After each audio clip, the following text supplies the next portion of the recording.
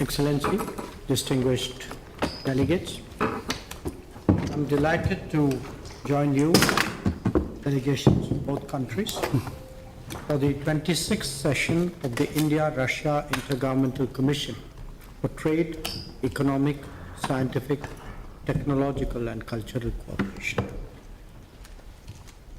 We are meeting here after about 10 months since the last session in November 2024 in New Delhi. And I think this is perhaps the shortest intervals between two sessions that we've ever had.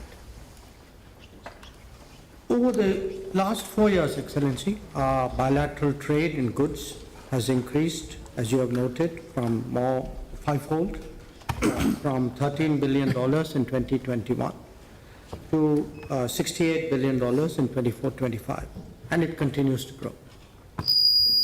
However, a major trade balance has accompanied the growth. It has increased from 6.6 billion to 58.9 billion, which is about 9 times. So we need to address that urgently.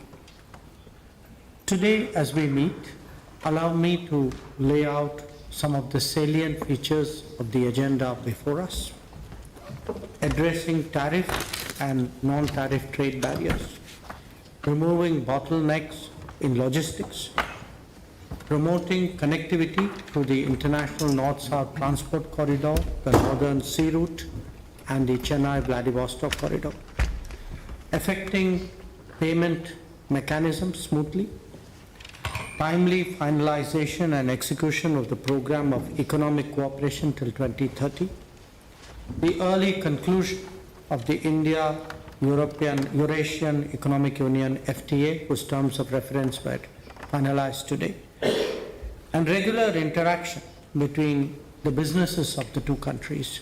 These are among the key elements.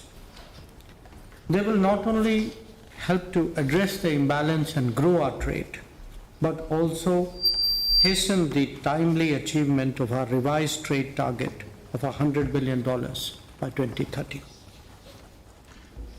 Colleagues, we are all acutely aware that we are meeting in the backdrop of a complex geopolitical situation. Our leaders remain closely, regularly engaged. They provide us wise and practical guidance to our special and privileged strategic partnership.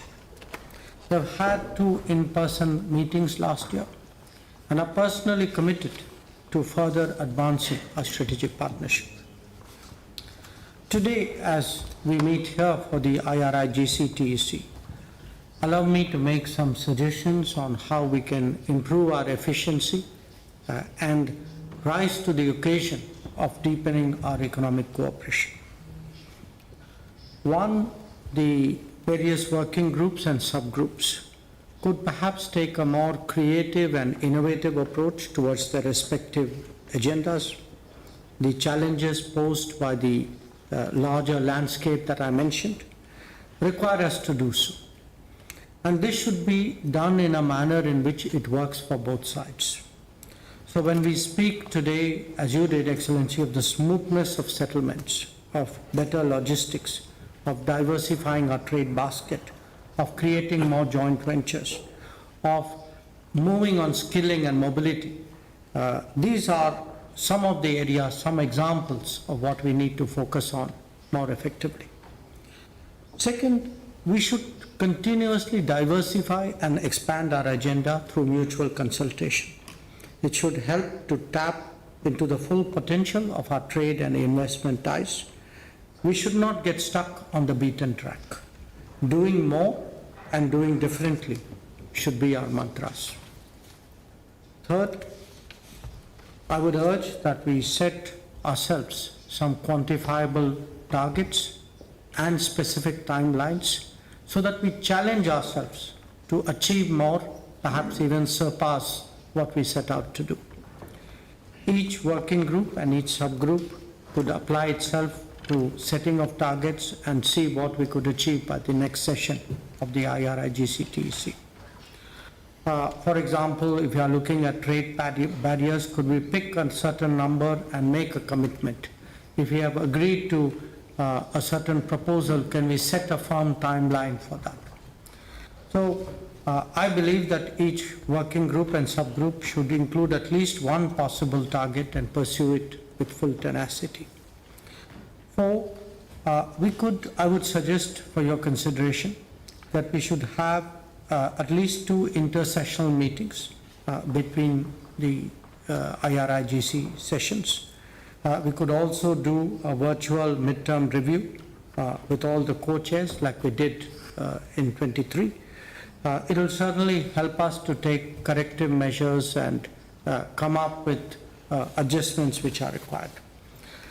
To make that happen, I think it would also be useful if we each one designate a clearinghouse for the IRIGC TEC on both sides, who will remain in touch. Finally, we will be, after this meeting, going on to a business session, and I would suggest for your consideration that we could have a coordination mechanism between the business forum and the different working groups of the IRIGC, so that there is a two-way flow between people in the business world and people in the policy world. We would like the IRIGC to become even more result-oriented, relevant, and readily available to the business communities of the two sides. So allow me to conclude by recalling that the IRIGC is a key mechanism to prepare for the annual summit which we expect to hold at the end of this year. And indeed, it's our working, it's what we deliver that really drives the relationship between India and Russia. So I thank you once again for your warm welcome, for your hospitality, for the excellent arrangements for today's meeting. I look forward to our fruitful discussions. Thank you.